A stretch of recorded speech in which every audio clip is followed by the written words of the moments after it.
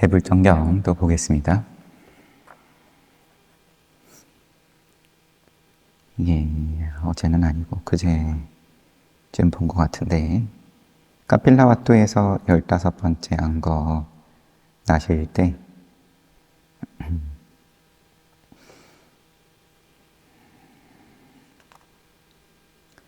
석가족 왕자 마하나마가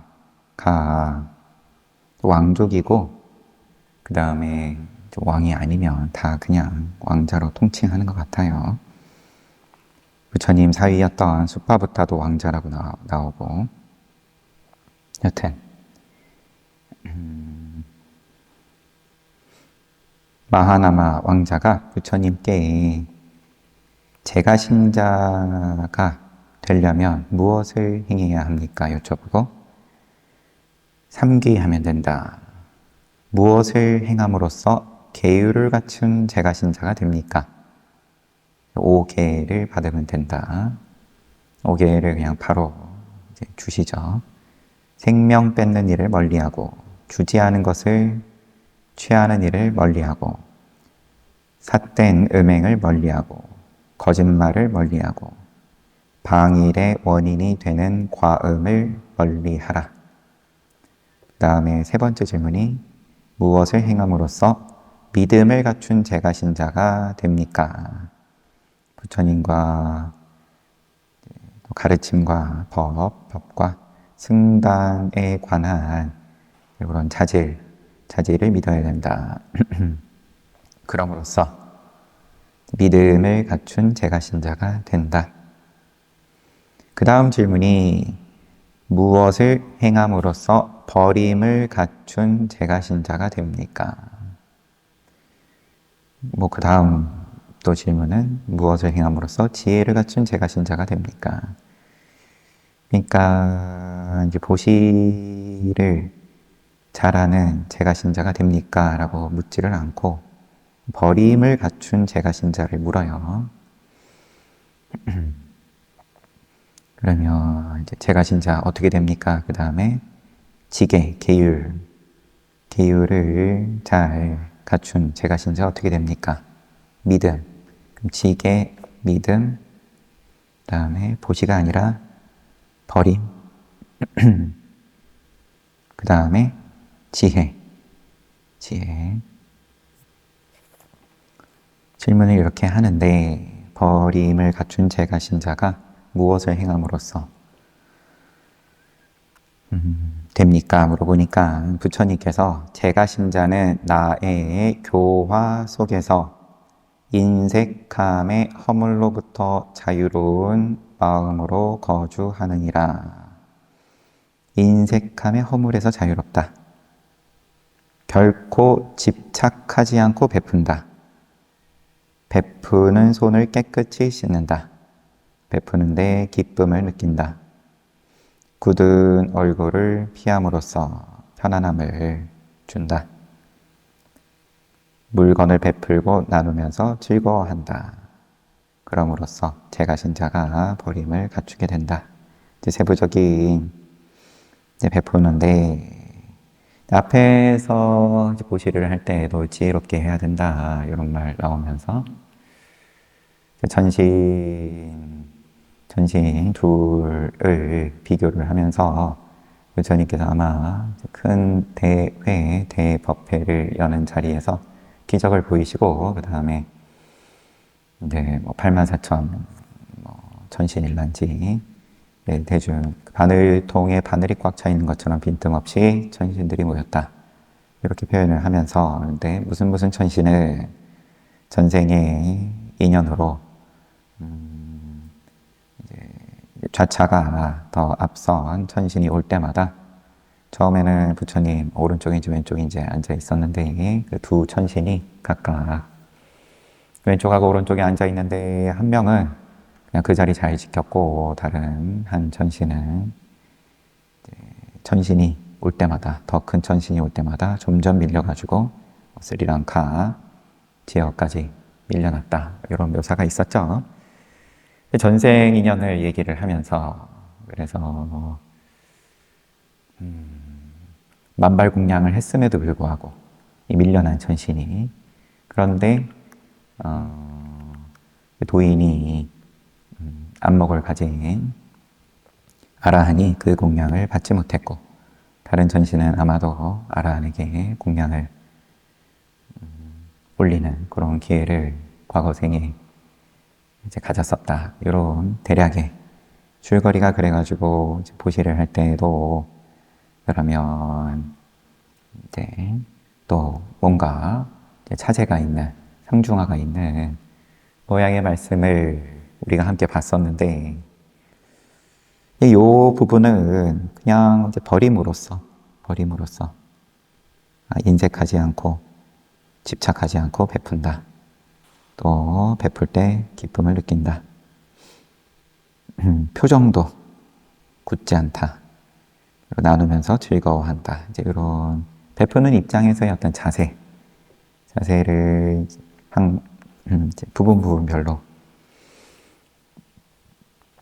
이야기를 지금 부처님께서 하신 건데, 그러면 이제 누구에게 공양을 올릴 거냐? 그것도 아라한에게 그러면은 당연히 공양 올리고 싶은데 누가 아라한인지 어떻게 알아볼 거냐? 누가 안목이고 깨달은 자냐? 아니면 폰만 잡는 거냐?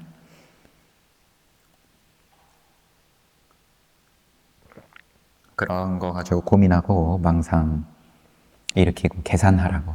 그러면 열심히 또 계산하죠. 더 큰 복을 받고 싶으니까, 공덕을 크게 짓고 싶으니까.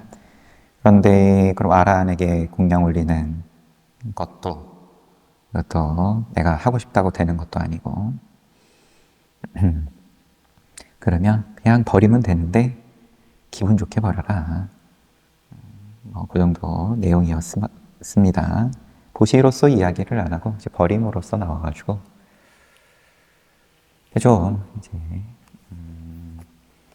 한 번씩 떠올라가지고 며칠 지난 건데 다시 한번 봤어요. 그냥 편하게 버리면 된다. 방거사가 이제 좀 또 다른 얘기지만, 방거사 맞죠? 재산을 강에다가 다 갖다 그냥 버렸다. 그러면 이제 이 보시지계를 이야기를 하는 입장에선 그거 아깝게 뭐 강에다 갖다 버리냐, 주변하고. 그러면 힘든 사람들 도와주고 나눴으면 더 큰 복을 짓는 거 아니냐. 이런 시비도 따를 수 있는 그런 장면인데, 모양으로서의 보시, 그 다음에 지금 이 마하나마 왕, 이 왕자가 질문을 한 버림을 갖춘 제가신자는 어떻게 하면 될 수 있습니까?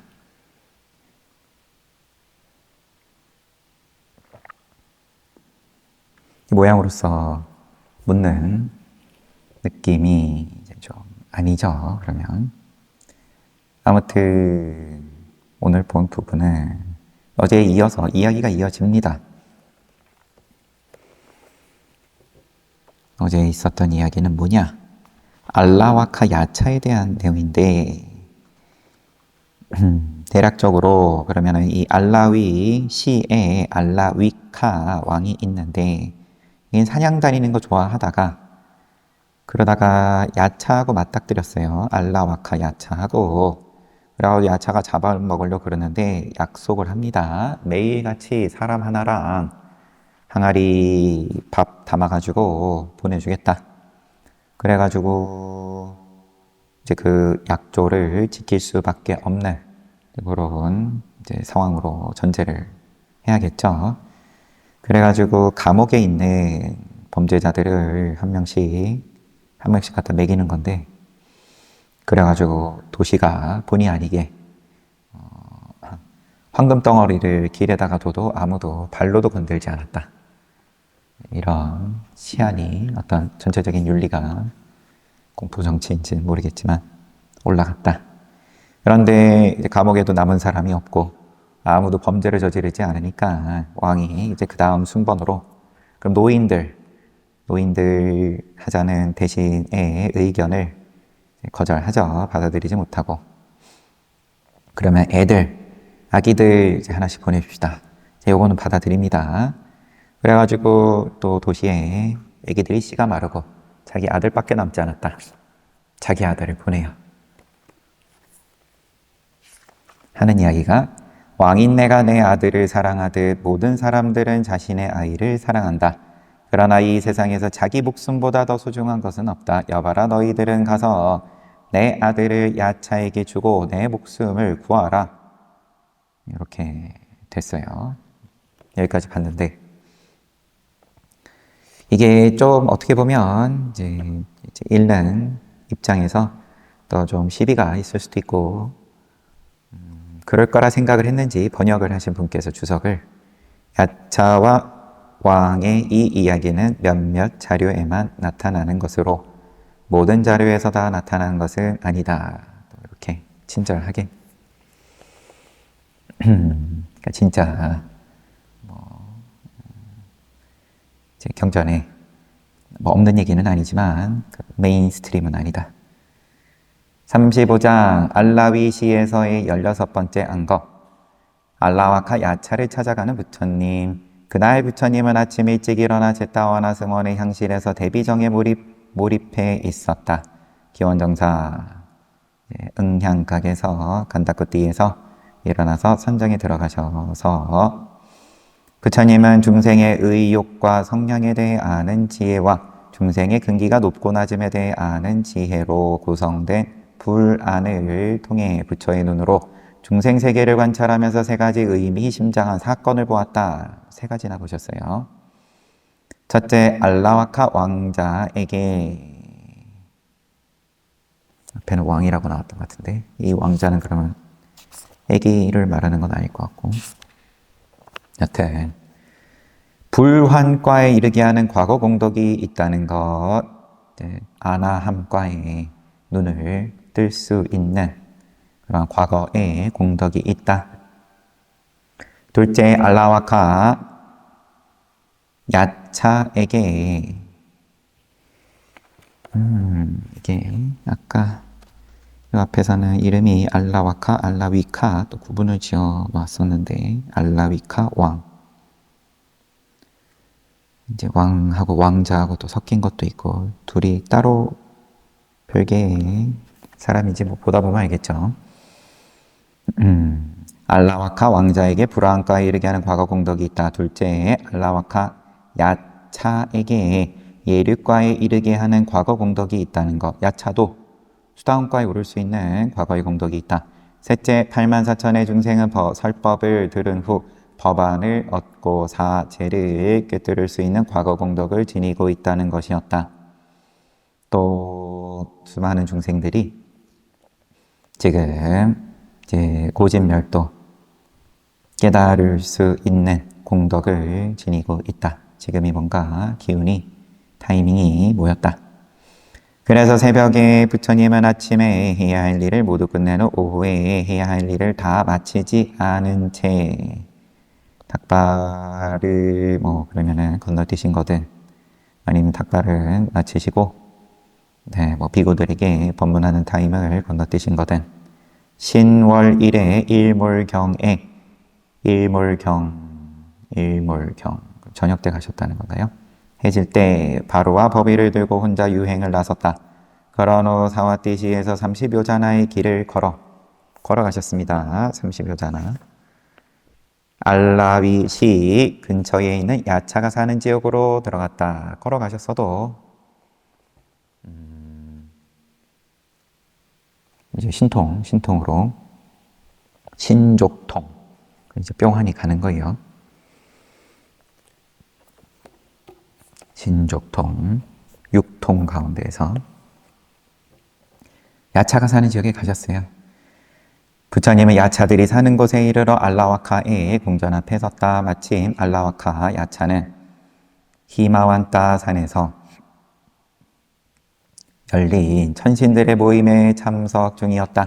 부처님이 야차의 궁전 앞에 서 있자 알라와카의 문지기였던 가드라바 야차가 부처님이 부처님에게 다가와 예를 올렸다. 그런 후 가드라바와 부처님은 대화를 나누었다. 문지기하고 영광스러운 부처님, 이 해질녘에 홀로 오셨습니까? 그렇다. 가드라바여, 나는 홀로 왔느니라. 만일 네가 부담이 되지 않는다면 이곳에서 밤을 보내고 싶구나. 영광스러운 부처님, 저에게는 아무런 부담도 되지 않습니다. 그러나 알라와카 야차는 몹시 사납습니다. 그는 자기 부모조차 존중하지 않습니다. 그러므로 여기서 머물지 않는 것이 좋겠습니다. 가드라바여, 나는 알라와카가 얼마나 사나운지 잘 알고 있느니라. 그러나 나에게는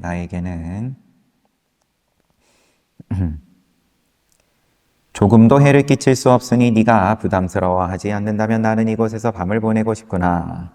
영광스러운 부처님, 알라와카는 불이 이글이글대는 쇠판과 같습니다. 그는 부모도 모르고 사문도 모르고 바라문도 모르고 법도 모릅니다. 이곳에 누군가 들어오며 야차는 그 자를 미치게 만들거나 심장을 터뜨려 버리거나 다리를 잡아서 바다 너머 혹은 이 세계 너머로 던져버릴 것입니다.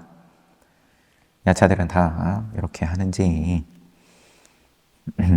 가드라바여, 나는 그 모든 것에 대해 알고 있노라. 하지만 너에게 부담스럽지만 않다면 이곳에서 밤을 보내고 싶구나.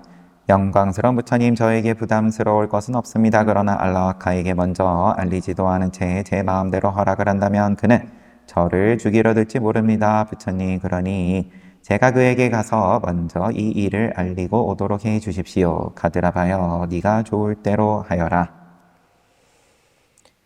말리는데 부처님께서 개의치 않으셨다. 부처님과 이런 대화를 나눈 뒤 가드라바는 부처님에게 절을 하고는 히마완타산으로 갔다. 가드라바가 떠나자 알라와카 야차의 집은 저절로 열렸다. 그래서 부처님은 안으로 들어가 천상의 보석으로 장식된 자리에 앉았다. 그 자리는 알라와카가 중요하거나 경사스러운 날을 맞아 천상의 영화를 누릴 때 앉는 자리였다. 자리에 앉은 부처님은 황금빛 광채를 발산했다. 그러면 집주인의 자리인데 집주인도 평상시에 앉는 것도 아니고 특별한 날에만 앉는 자리에 부처님께서 가서 앉으셨어요.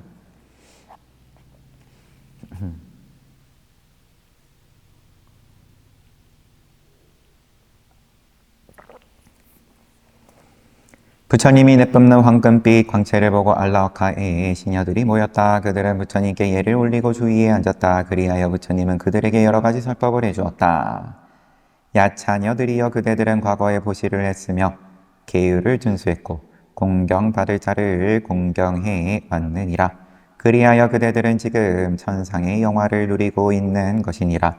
그러하니 그대들은 과거에 실천했던 대로 실천하라. 과거에 했던 대로. 그 덕분에 지금 너네들 잘 살고 있는 거니까.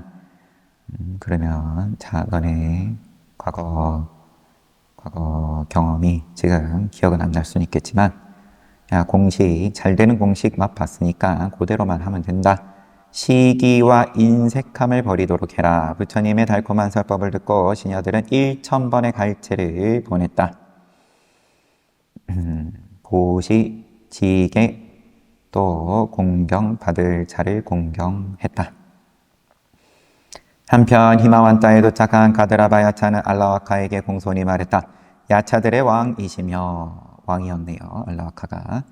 어떤 고통에 대해서도 알지 못하는 알라와카여, 고통을 느끼지 않는다는 말인지 알려드릴 것이 있습니다. 지금 부처님께서 당신의 궁에 와 계십니다. 그러나 알라와카는 몸짓을 통해, 소리로도 안 하고 몸짓으로 조용하라, 내가 즉시 돌아가 모든 필요한 조처를 취할 것이다 라는 뜻을 내비쳤다. 알라와카 야차는 매우 자존심이 강한 자였다. 그리하여 자신의 궁전에 머물고 있는 부처님을 매우 불손하다고 생각했으며 야차 대중이 이 소식을 못 듣게 해야겠다는 의도로 가드라바의 이야기를 막은 것이다. 부처님 와 계신 것도 불편하고 또 남들에게 보이고 싶지도 않고, 마침 그때 사타기라와 헤마와타라는 두 천신 야차가 앞에도 나왔는데 이게 고유명사인지 아니면 동일한 그 야차들인지, 사타기라하고 헤마와타가 비법어자 엇법어자 곧다마 부처님 이전에 가사빠 부처님 돌아가시고 그 다음에 탑을 조성을 하고 그 무렵에 불교에 귀의해가지고 그러다가 이제 악업으로 인해가지고 또 이야기가 좀 진행이 됐죠. 그러다 각자 이렇게 두 야차로서 한 지역을 맡아서 지내고 있다가 부처님께서 이제 천상에 계시다가 이 세상에 놔두실 때에 이제 그런 어떤 여러 가지 드러난 기여는 그때 놓치고 이제 마야 부인의 태에 들어갔을 때, 그 다음에 세상에 태어났을 때에 이제 천지가 진동을 하고 이제 그런 그때도 놓치고 출가하셨을 때도 놓치고 이제 처음으로 법을 펴시는 자리 그때에 이제 하늘과 땅에 드러나는 그러한 신기한 일은 그때는 알아봤어요. 그래가지고 이제 데리러 한 명이 알아보고 다른 한 명을 데리러 와가지고 또 둘 사이의 토론을 하늘에서 하는 것을 보고 또 뭐 야사의 어머니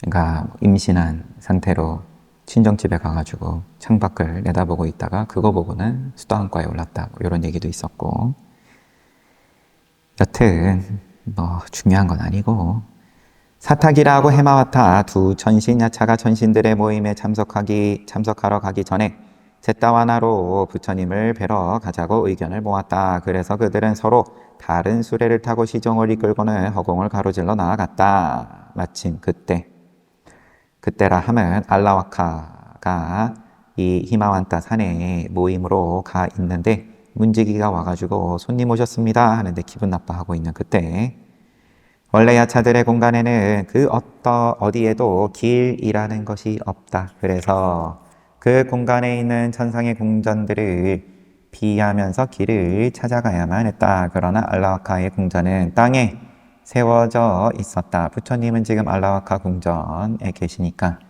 그러면 부처님 보러 가자 하면서 알라와카의 궁전으로 간 거예요. 사탁이라 하고 해마왔다가 그것은 매우 안전하게 고정된 벽, 문, 망루, 홍예문 등으로 적절히 둘러싸여 있었다. 그리고 저택 위로는 흰 놋쇠로 만든 그물이 펼쳐져 있었다. 그물을 저택 위에 왜 뒀는지는 모르겠지만 야차의 궁전은 상자와 같은 형상이었다. 그리고 높이가 3요자나였는데 그 위로 천상의 야차들이 이용하는 하늘 길이 있었다. 천상의 야차인 사탁이라 하고 해마왔다는 부처님을 뵙기 위해 하늘길로 나아가다가 알라와카 야차의 궁에 다다르게 되었다. 그런데 어찌된 일인지 그들은 그곳에서 더 나아갈 수 없었다. 실제로 위로는 유정천에 이르기까지 그 누구도 부처님이 앉아있는 위쪽을 통과할 수 없는 법이다. 부처님 머리 위로 왔다 갔다 할 수가 없다. 천상에 이르기까지. 유정천은 몇 번째 천상인지 여하튼 두 야차는 더 나아갈 수 없는 이유를 곰곰이 생각하다가 부처님을 보게 되었다. 부처님 거기 계신 줄 모르고 그냥 부처님 보러 가자 그러고 가다가 길 중간에서 맞닥뜨린 거예요. 그들의 위로 던져진 돌이 땅바닥에 내팽개쳐지듯이 땅으로 내려앉았다. 그리고 부처님에게 예를 올린 후 가르침을 받았다. 그런 다음 그들은 부처님에게 완곡하게 말했다. 영광스러운 부처님, 저희들은 천신들의 모임에 가야 합니다. 그런 뒤 그들은 삼보를 찬양하는 말을 남기고는 야차들의 모임이 열리는 히마완타로 떠났다. 부처님 보러 가자 그래놓고 만났으면 뭔 좀 더 질문을 안 하고 그냥 잠시만요. 두 천신야차가 모임 가기 전에 잿다와나로 기원정사에 부처님을 뵈러 가자 의견을 모았다. 야, 가서 얼굴만 뵙자 뭐 이 정도였는지. 경로한 알라와카 야차, 알라와카를 본 두 야차가 말했다. 이제 히마완타 산에 모임에 가가지고 알라와카여, 당신 집에 수승하신 부처님께서 와 계신다오. 당신은 참 복도 많으시오. 친구 알라와카여, 어서 가서 수승하신 부처님을 모시길 바라오. 지금 여기서 시간 보낼 때가 아니다. 믿음이 없는 사람에게는 믿음과 관련된 경건한 말을 듣는 것처럼 참기 어려운 일이 없다. 계율을 지키지 않는 사람에게 계율에 관해 말하는 것, 무식한 사람에게 지식과 관계된 말을 하는 것, 구두쇠에게 보시에 대해 말하는 것, 어리석은 이에게 현명함과 관련된 말을 하는 것 모두 마찬가지이다. 진인 업식하고 거꾸로 된 소리 하니까 듣기 싫다. 두 야차가 부처님을 찬양하는 말을 하자 신앙심 없는 알라와카는 머리끝까지 화같이 솟아올랐다. 마치 한 덩이 소금이 불 속에 던져진 것처럼 그의 심장은 툭툭 소리를 내며 뛰었다. 그는 불같이 화를 내며 물었다. 도대체 그 자가 어떤 사람이기에 소위 수승하신 부처님이라고 불리며 내 집에 있는 거요. 그러자 두 야차가 알라와카여, 우리의 스승이신 수승하신 분을 모른단 말이요. 그분은 매우 뛰어나시고 귀하신 분이요. 전신에 거처인 도솔천에 계실 때조차 5가지 성찰을 하신 분이요. 도솔천에 계실 때 5가지 성찰이 뭔지 지금 바로 떠오르진 않는데, 이 세상에 내려오기 전에 살펴보셨다 하는 그걸 말씀하는 건지 이야기하는 건지,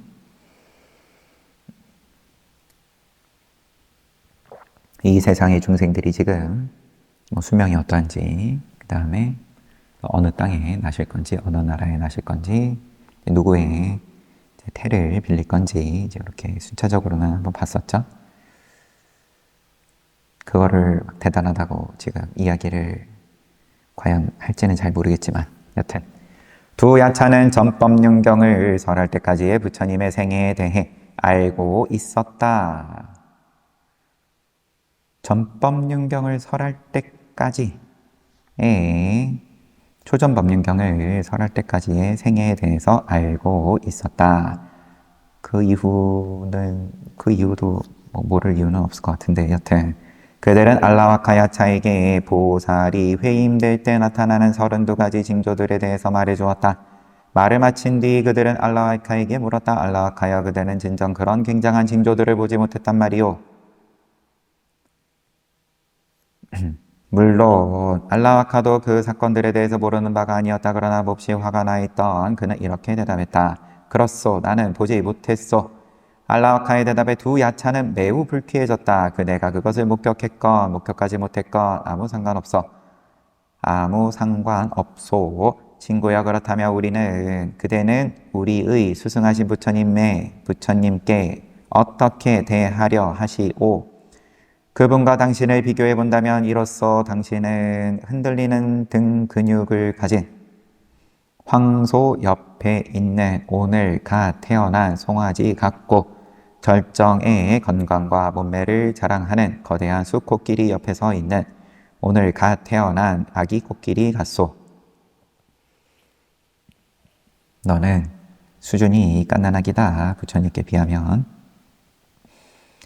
또한 둥근 등과 어깨를 가졌고 밝은 색의 긴 갈기를 가진 우아한 사자 옆에 서 있는 늙고 흉한 여우 같으며 150요자나나 되는 새들의 왕 금시조 옆에 있는 날개가 부러진 어린 까마귀 같소. 당신은 어서 가서 당신이 마땅히 해야 할 일을 하시오. 그러자 알라와카는 자리에서 일어서더니 왼발을 편평한 붉은색의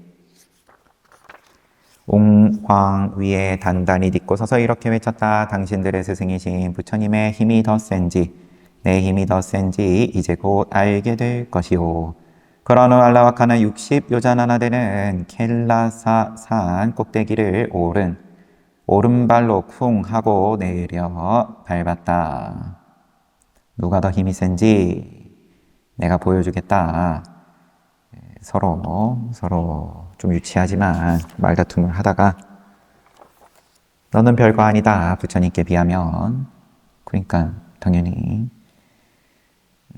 달래지지는 않았겠죠. 그런 쪽보다는 더 이제 격한 감정으로 두고 봐라 하면서 60요자나의 켈라사 산 꼭대기를 오른발로 쿵 내려 밟았다.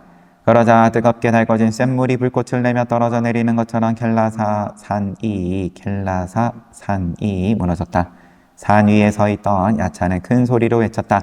나는 알라와카다. 그 소리는 잠부디파 전체를 압도할 만큼 우렁찼다. 예로부터 잠부디파를 흔들어 놓은 외침이 4번 있었다. 그중 하나는 위두라 자타카 전생경에 나오는 이야기로 위두라 전생 이야기. 주사위 시합에서 푼나카 야차가 다난차야 코라비아 왕을 이기고는 푼나카 야차가 왕을 이겼어요. 이겼다, 내가 이겼다고 외친 일이었다. 이때도 지금 야차가 외친 거고, 또 하나는 까사빠 부처님의 교화가 사라져갈 때 크고 검은 개의 모습을 한 윗숫감마가 신들의 왕인 사카의 명령에 따라 모든 사악한 비구비구니 사악한 제가 신자들 그리고 사악한 중생들을 모두 다 먹어버리겠다고 외친 일이다. 까사빠 부처님의 교화가 사라져갈 때 사카의 명령으로 전신의 왕의 명령으로 윗숫감마가 나쁜 놈들 다 먹어버리겠다라고 외친 것.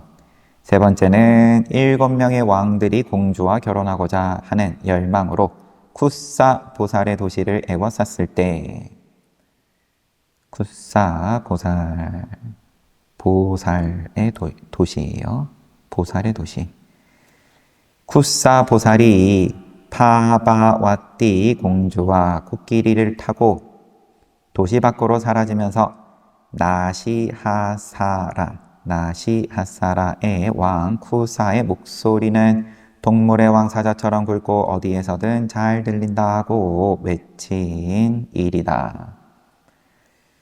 그리고 마지막으로 최근에 잠부디파를 흔들어 놓은 고함이 바로 켈라사 산에서 알라와카야차가 나는 알라와카다 라고 한 것이다. 잠부디파 대륙을 다 그러면 야차들이 이렇게 큰 소리를 내고 대륙이 시끄러웠다, 흔들어놨다. 그러면 이겼다, 내가 이겼다 내기를 한 다음에 그 다음에 부처님 교화가 사라질 때 나쁜 놈들 다 먹어버리겠다. 세 번째는 쿠사 보살이 공주하고 코끼리 타고 사라지면서 쿠사의 목소리는 동물의 왕 사자처럼 굵고 어디에서든 잘 들린다. 이거는 이제 어떤 뉘앙스로 얘기를 했는지는 잘 모르겠지만 여튼. 그리고 마지막은 나는 알라와카다. 내가 알라와카다. 알라와카가 힘차게 고함을 지르자 3,000요자나만큼이나 넓은 히마완타산이 진동했다. 그런 후 알라와카는 다시 9개의 무기들로 부처님을 공격하기 시작했다. 그러나 각종 무기들의 공격에도 불구하고 부처님에게는 아무런 피해도 입히지 못했다. 이에 알라와카는 코끼리, 말, 마차와 병사들로 구성된 군대 및 무기로 무장한 다양한 귀신들을 진군시킴으로써 부처님을 위협했다. 잡아라, 죽여라 하고 큰소리치면서 전진했는데 그들은 마치 파리가 붉게 달아오른 쇠조각에 다가갈 수 없듯 부처님에게 감히 다가갈 수 없었다. 그렇게 부처님에게는 감히 가까이 갈 수 없었음에도 고타마 보살이 깨달음을 얻기 직전에 나타났던 마라처럼 알라와카는 부처님께서 성도하실 때 마라가 이제 온 힘을 다해서 방해를 하는데 그때 부처님께서 옆에 사카를 포함해가지고 다 도망가 버렸죠. 부처님은 홀로 남으셔가지고 바람일의 힘으로 다 도망가도 바람일은 남아있었다. 전생에 지은 공덕은 그거는 어디 안 간다. 여튼 마치 그때처럼 알라와카는 그렇게 짧은 시간 안에 자신의 군대를 퇴각시킬 수는 없었다. 앞에 부처님에게 감히 가까이 갈 수 없었음에도 무기를 동원하고 군대를 동원해서 부처님을 죽이려고 들었지만 가까이 가지 못했다. 그런데 곶다마 보살이 깨달음을 얻기 직전에 나타났던 마라처럼 마라도 그랬다는 것으로 보이고요. 알라와카는 짧은 시간 안에 자신의 군대를 퇴각시킬 수는 없었다. 오히려 그들은 오랫동안 소동을 벌여야 했다. 알라와카는 그토록 오랫동안 여러 가지 끔찍한 방법을 이용해 부처님을 공격하려 했지만 실패하자 생각했다. 그렇다. 천상의 흰 망토를 이용하자. 그 망토는 무적이 아닌가? 알라와카가 떠올린 천상의 흰 망토는 파괴력이 굉장한 무기였다. 세상에서 그처럼 강력한 무기로는 다음 4가지가 있다. 또 뭔가 소개가 돼요.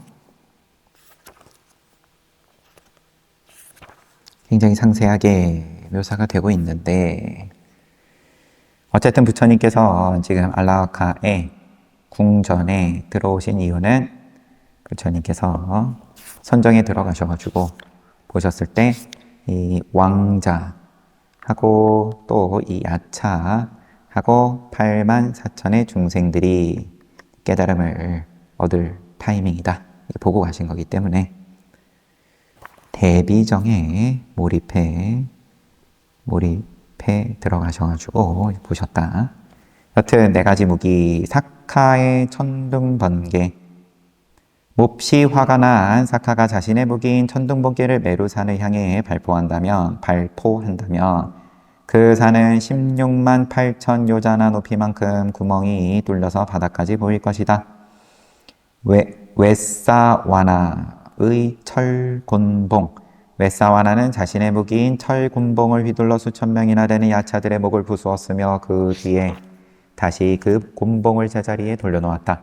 3번째, 야마의 곁눈질. 지옥의 왕인 야마가 화가 나서 곁눈질을 하자 붉게 달궈진 철 냄비 속에 던져진 참깨처럼 수천 명의 쿤반다들이 쉬 소리를 내며 부서졌다. 4번째, 알라와카의 흰 망토. 알라와카가 매우 화난 상태에서 자신의 무기인 천상의 흰 망토를 하늘로 던진다면 그것은 12년 동안 가뭄이 될 것이며 만약 땅으로 던진다면 나무나 식물 등이 모두 말라버릴 것이다. 그리고 그 땅은 12년 동안 그 어떤 식물도 자라지 못하게 될 것이다.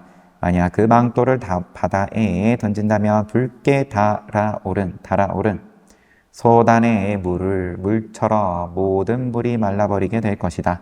또한 메루산에 던져진다면 산은 무너져서 산산조각이 날 것이다. 그런 흰 망토가 있다. 알라와카에게는 다 뭔가 철거해버리는 이런 생각을 가진 채 알라와카는 그 대단한 위력을 가진 천상의 흰 망토를 던지려고 했다. 그때 1만 세계의 천신들이 모두 모여 이렇게 말했다. 오늘 수승하신 분께서 난폭한 야차인 알라와카를 길들이실 것이다. 그러면 우리는 부처님의 가르침을 들을 수 있게 된다. 천신들은 이처럼 부처님의 가르침을 듣고자 하는 바람 외에도 부처님과 알라와카의 싸움이 보고 싶었다. 싸움이 보고 싶었다. 이렇게 써놨어요. 싸움이 보고 싶었다. 천신들은 부처님께서 승리하시는 장면을 보고 싶었다. 정도로 이제 봅시다. 부처님께서 싸우는 거를 보고 싶다라고 하기엔 좀 그리하여 둥근 하늘은 수많은 천신들로 꽉 차게 되었다.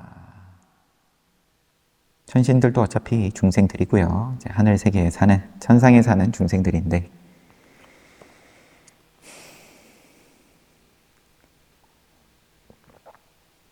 싸움 구경은 재미있으니까. 알라와카는 부처님 근처로 날아올라 선회하다가 천상의 흰 망토를 부처님을 향해 힘껏 내던졌다. 그러자 끔찍한 굉음과 함께 번개가 쳤으며 불꽃이 솟아오르더니 하늘 가득 연기가 피어올랐다. 그러나 부처님에게 날아간 흰 망토는 그만 발판으로 변한 채 부처님 발밑에 떨어지고 말았다. 자존심이 무참히 짓밟힌 알라와카는 마치 뿔이 부러진 황소처럼 이빨을 뽑힌 코브라처럼 자긍심을 완전히 잃고 말았다. 이에 야차는 생각했다. 천상의 흰 망토가 어째서 사문 곶다마를 공격하지 못했을까? 그리고 이렇게 추측했다. 사문 곶다마가 자애로운 사람이기 때문일 것이다. 그러니 저 사문이 화가 날 만한 말을 해서 그의 자비심을 빼앗아야겠다. 알라와카가 말했다. 오 삼은 곧담하여 그대는 어째서 나의 허락도 없이 내 집에 들어와서는 마치 집주인처럼 자리를 차지하고 앉아 시녀들에 둘러싸여 있는 것인가? 승려로서 여성들과 섞여서 허락되지 않는 즐거움을 누리는 것은 그릇된 일이 아닌가? 그대가 사문의 계를 지키는 자라면 내 집에서 당장 나가라. 그러자 부처님은 매우 다정하게 오 그렇구나 친구 알라와카여 라고 말하며 순순히 집 밖으로 나왔다. 자신에게 적대적으로 구는 사람을 적의로서 편안하게 만들 수는 없는 법이다. 거칠고 사나운 개의 콧구멍에 아주 적은 양의 곰, 쓸개즙을 넣는다 하더라도 그 개는 더 난폭해질 것이다. 무례하고 사나운 사람도 마찬가지다. 사나움과 무례로 안갚음한다면 그는 더 폭력적으로 변할 것이다. 그런 사람은 그저 친절하게 대해줌으로써 부드럽게 만들 수 있다. 이 같은 이치를 부처님은 완벽하게 알고 있었다. 그래서 부처님은 부드러운 말과 행동으로 알라오카를 대한 것이다. 이에 야차가 생각했다. 사문고따마는 아주 쉽게 굴복하는 사람이구나. 내가 나가라고 하자마자 그는 나갔다. 밤새 싸운 것도 헛되게 사문고따마는 아주 순순히 나가주었다.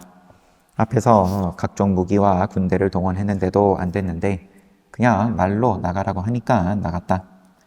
이처럼 마음이 부드러워진 알라와카는 깊이 생각했다. 하지만 그가 밖으로 나간 이유가 내게 복종해서인지 아니면 화가 나서인지는 확실하지 않다.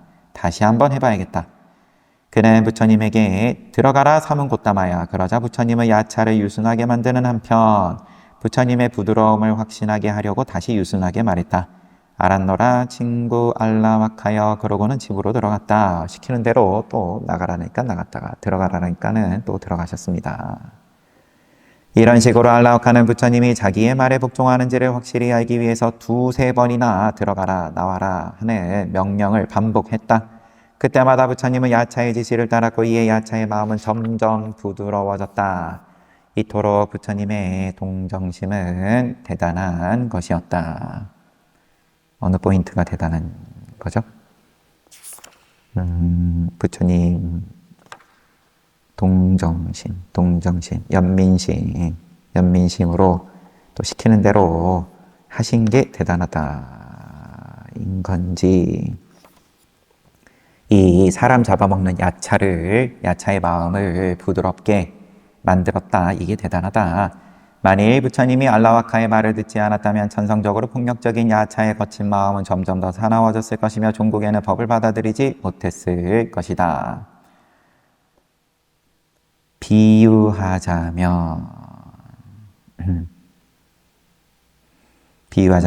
부모가 어린 아들에게 원하는 것을 주고 좋아하는 것을 해줌으로써 바르게 크도록 도와주는 것과 같다.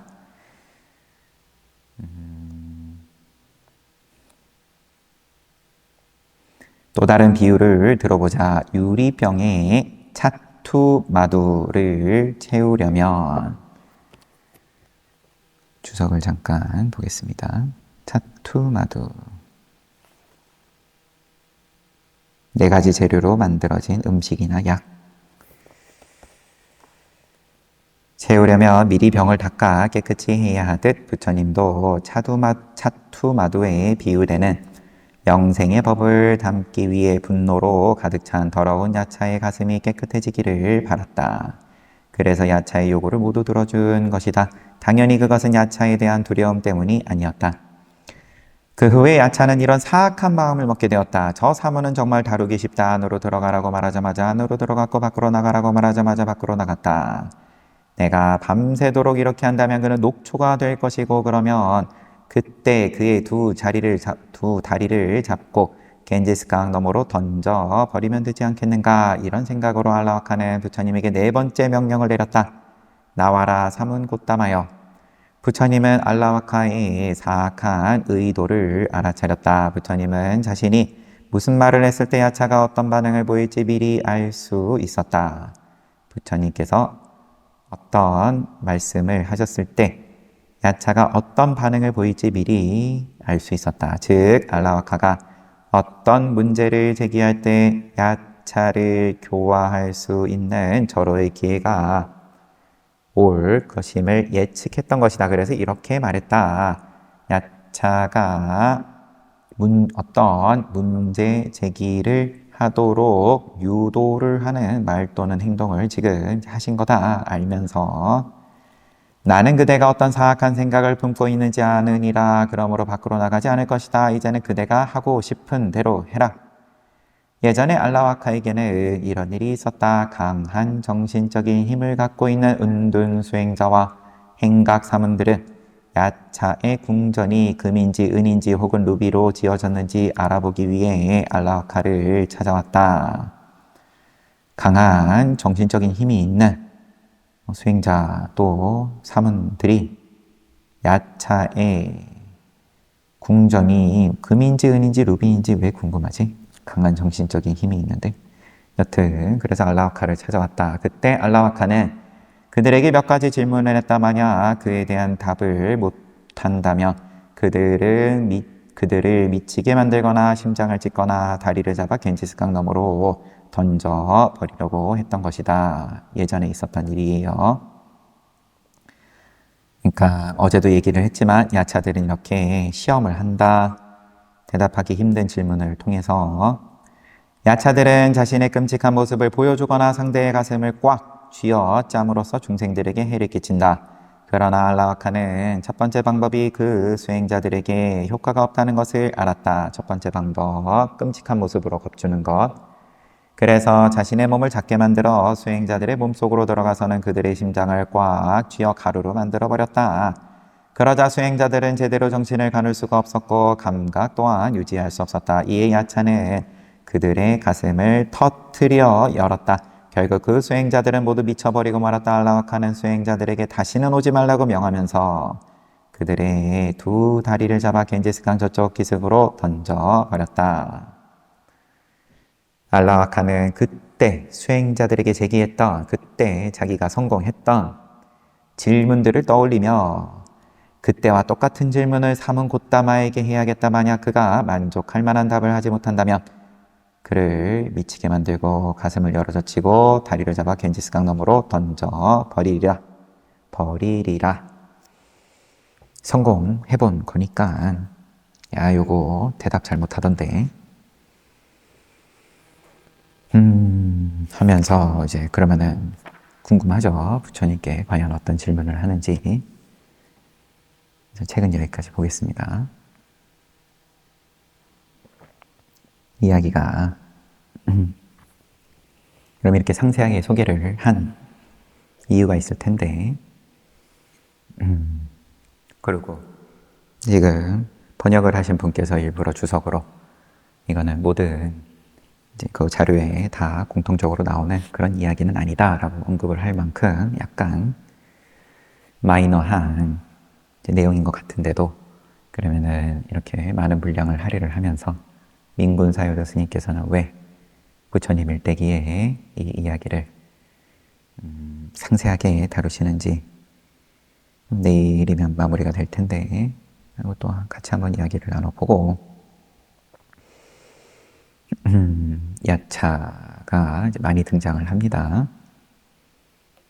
뭐 야차가 많이는 아니지만 여튼 알라와카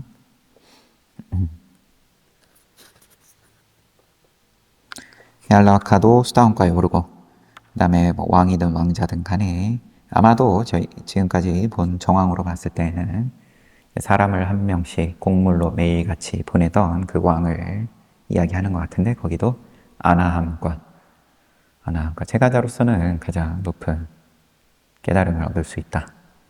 얻을 지금 공덕을 전생에 갖추고 이번 생에 낳고 그 사람을 그러면 그렇게 희생을 시킨 건데 그런데도 깨닫냐? 그 과보는 또 어떤 식으로든 받겠죠.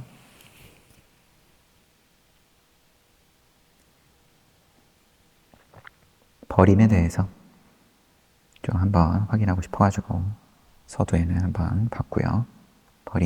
버림으로만 이야기를 하면 결국 보시가 아니라 그러면 누가 와가지고 사기를 쳤다. 나에게 불행을 가했다. 내가 안 좋은 일을 당했다. 그래가지고 물질을 내가 손해를 봤다. 이거나 아니면 내가 큰 마음으로 큰 보시를 했다. 이거나 버림의 관점에서는 다를 게 없다. 인 건데 확장을 시켜서 보면 그러면 이게 어떻게 하면 잘 버리는 제가자가 됩니까? 라고 그 마 왕이 왕자가 물었고 이제 버림에 있어서 그러면은 그럼 결국은 이제 자기 마음이 불행을 당했을 때든 뭔가 큰 손실, 잃었다. 뭘 잃었든 간에 그게 이게 마음을 어떻게 그 이후에 쓰냐에 따라서 큰 보시를 한 것과 다르지 않을 수 있다. 이런 느낌입니다. 잘 봤어요. 쉬었다가 정진하겠습니다.